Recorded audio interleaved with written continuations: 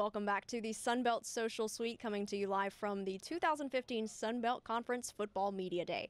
I'm Danielle Jenkins, and I'm joined now by Appalachian State head coach Scott Satterfield. Coach, thanks for stopping by. We appreciate you making time to answer some questions from the fans. How has it been so far? Media Day just now getting kicked off. What's the schedule been like for you?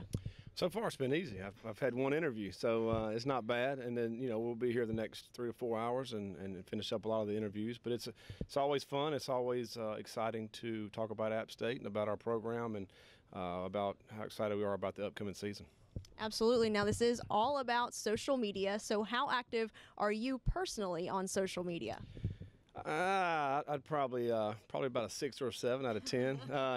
Sometimes you throw some stuff out there. Whenever our kids do something good and we get anything out in the media, we want to put it out there that they're doing that in the community, or if they're getting any accolades as far as Sunbelt goes. So we try to put things out there. It's really, I think, more than anything, it's probably for recruiting. I think the recruiting part of it for us as coaches, it really helps us to talk to the recruits, to get them up to our place. So I think everything that we're doing now is really gauged towards more recruiting. Well, let's get to some of these questions that have been coming in through Twitter. Our first one coming from Reagan Dial. Can you and the team handle the pressure of the talk of winning the conference this year? Yeah, I mean, we don't really think about that way. We obviously want to win the conference, but you don't sit there and focus on that every single thing that you're doing. We're focusing on trying to get better every single day. I mean, I know that's cliche, but that's really what you have to do. You have to focus on every game that you're playing. Our first game's Howard, and that's all we'll be focusing on. At the end of the season, you got to look back and see if the resume of work is good enough to win the conference. So we'll just take one game at a time, and obviously our goal is to win the conference, and it is every year. So, but we don't want to just always focus on that, because if you do that, then you're not going to win. This question from Thomas K on Twitter: how relieved are you to be fully FBS and be done with the transition? Yeah, we're really relieved. The last couple of years have been tough. Starting with the scholarship increase. Last year we played with about 70 scholarship players. This year we'll finally be at 85.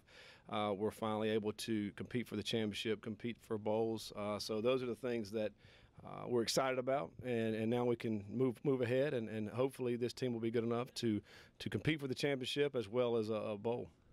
This question from Diesel933 on Twitter: talk about the importance of scheduling regional non-conference games as opposed to the distant and far-flung opponents. What are the benefits and drawbacks of both scenarios? Well, I like playing the regional opponents, I think, because, number one, recruiting. I mean, everything we're doing is about recruiting. So we're playing teams that are right in our area. I think they're familiar teams that the recruits know about.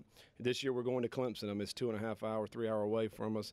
Everybody's obviously heard of Clemson. So the regional opponents obviously help. I think it also helps in travel for us. If we can just get on our bus and drive somewhere as opposed to getting on an airplane, I think that always helps. It helps on the back end, getting ready for someone the next week. But also on the flip side of that, if you're able to go across the country and play someone, then you expose your kids to a different side of the country, and they get to see how other parts of the country look and how those people are, and so that part of it is good as well. Another question from Twitter from Frank S. What has the addition of Georgia Southern along with your team done for the dynamic of the Sunbelt Conference? Well, I think you bring two programs in that have won national championships at the FCS level, and so programs that are used to winning. And I think, anytime you bring programs in like that, they want to continue that trend. I think it showed last year. It was Southern finishing, at the top and us finishing third, that we can compete in this league. And now as full-fledged members, hopefully we're going to shake the league up a little bit more again this year. And obviously that's the goal.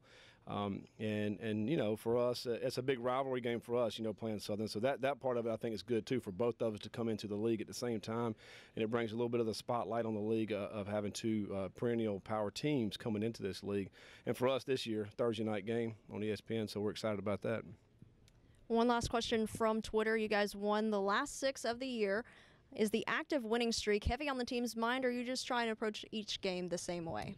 Well, I think we're trying to approach each game the same way. We're obviously using that momentum, those 6 wins, in recruiting, and then also for this off season, the way our team has been preparing. But you still have to take it one game at a time. Every opponent that we play has the potential to beat you, and you can't look past anyone.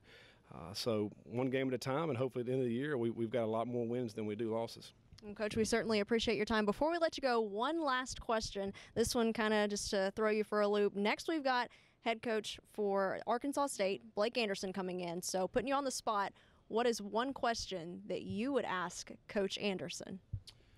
Well, yesterday we did the clinic for the kids out down here in New Orleans, which was awesome. It was great for our players and everyone. But Blake wasn't here.